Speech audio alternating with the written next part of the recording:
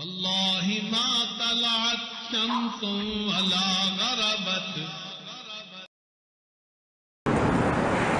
ایک ہمارے قاری صاحب سے بچوں کے استاد ملتان سے آگے شجاع آباد کے قریب کے علاقے کے رہنے والے تھے. میرا ملتان کا پروگرام بنا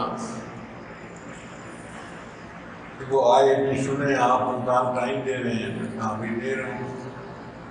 حالانکہ میرا گھر وہاں سے زیادہ دور نہیں ہے. آپ کھانا میرے کھانا. ہم نے بچوں کی رعایت میں کہہ دیا ٹھیک ہے آپ قاری صاحب ہم آ جائیں گے. اب کئی مہینے گزر گئے. پروگرام بعد میں ہونا تھا. میں بھول ہی گیا بات. جب میں ملتان گیا تو قاری صاحب بھی نازل ہو گئے. حضرت آپ نے وعدہ کیا تھا کہ آپ آئیں گے. اب چلے میرے گھر. خیر دل تو نہیں چاہ رہا تھا مگر وعدہ نبھانا تھا. یا ایھا الذین آمنوا اوفوا بالعقود.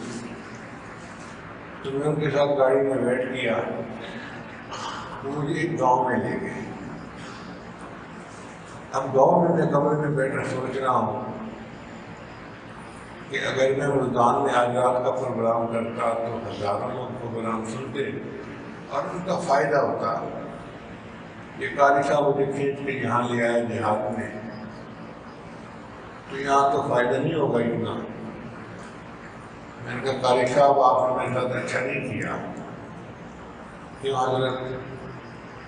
بھائی ملتان بڑا شہر ہے وہاں پروگرام ہوتا تو زیادہ لوگ فائدہ اٹھاتے ہیں. آپ مجھے اجاڑ بستی میں لے کے آ گئے ہیں. میں اکیلا بیٹھا ہوا ہوں. پتہ نہیں رات کو مسجد میں 10-15 بندے بھی ہوں گے یا نہیں ہوں گے. اس نے کہا حضرت میں خاص وجہ سے آپ کو یہاں لایا. میں نے کہا کیوں؟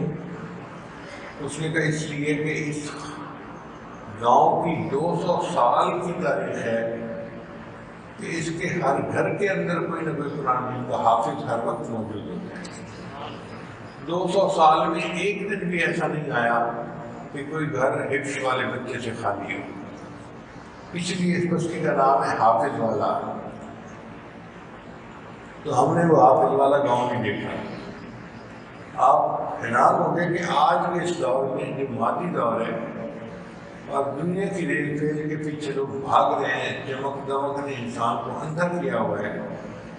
ایسی بھی بستیاں ہیں جہاں کا ہر گھر حافظ بچے یا حافظ بچی کے ساتھ ہوتا ہے اور 200 سال ان کی تاریخ ہے.